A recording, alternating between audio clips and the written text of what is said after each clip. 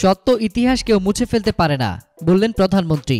প্রধানমন্ত্রী ও সংসদ নেতা শেখ হাসিনা বলেছেন, জাতির পিতা বঙ্গবন্ধু শেখ মুজিবুর রহমানের ঐতিহাসিক ৭ মার্চের ভাষণ শুধু বাংলাদেশের সম্পত্তি নয়, সারা বিশ্বের মূল্যবান সম্পত্তিতে পরিণত হয়েছে।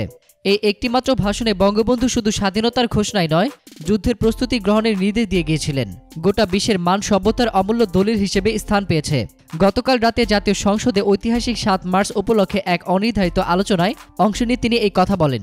স্পিকার ডক্টর শিরীন শারমিন চৌধুরীর সভাপতিত্বে অধিবেশনে প্রধানমন্ত্রী ছাড়াও পয়েন্ট অব অর্ডারে সাবেক বাণিজ্যমন্ত্রী তোফায়েল আহমেদ কর্তৃক উত্থাপিত অনির্ধারিত এই আলোচনায় সরকার, বিরোধী দল জাতীয় পার্টি এবং ঐক্যফ্রন্টের একজন সহ মোট ১১ জন অংশ নেয়।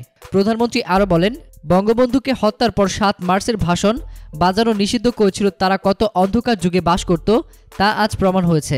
তারা এই ভাষণের মূল্য বুঝতে পারেনি, এটা যে দেশের জন্য কত মূল্যবান সম্পদ তা বুঝতে পারেনি। কিন্তু ইতিহাসকে কেউ মুছে ফেলতে পারে না, সত্যকে কোনোদিন বেশি দিন ঢেকে রাখা যায় না, সেটি আজ প্রমাণিত হয়েছে। প্রধানমন্ত্রী বলেন, ঐতিহাসিক ৭ মার্চের ভাষণের মাধ্যমে বঙ্গবন্ধু গোটা জাতিকে ঐক্যবদ্ধ করে অসহযোগ আন্দোলনের ধারাবাহিকতায় সশস্ত্র যুদ্ধের মাধ্যমে অর্জিত হয়েছিল আমাদের স্বাধীনতা।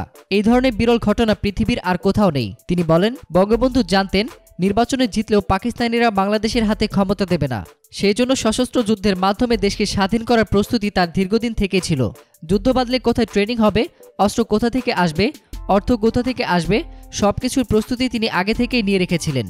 সংসদ নেতা আরও বলেন, ৭ মার্চের ভাষণে বঙ্গবন্ধু গেরিলা যুদ্ধ সহ সবকিছুই বলে গিয়েছিলেন, যা বাঙালি জাতিকে বুঝতে এতটুকু অসুবিধা হয়নি। পাকিস্তানিরা বঙ্গবন্ধুর স্বাধীনতার সংগ্রামকে বিচ্ছিন্নতাবাদী হিসেবে দেখাতে অনেক কিছুই করেছে, কিন্তু বঙ্গবন্ধু তা হতে দেননি। শেখ হাসিনা বলেন, ২০১৭ সালের ৩০ আগস্ট জাতিসংঘের ইউনেস্কো বঙ্গবন্ধুর ঐতিহাসিক এই ভাষণটি বিশ্ব প্রামাণ্য দলিল হিসেবে স্থান পেয়েছে। বঙ্গবন্ধুর ঐতিহাসিক এই ভাষণের আবেদন কোনোদিনও ফুরাবে না, যুগ যুগ ধরে দেশের মানুষকে অনুপ্রাণিত করে যাবে। এতক্ষণ ফ্রিকি নিউজের সঙ্গে থাকার জন্য আপনাদের সবাইকে ধন্যবাদ।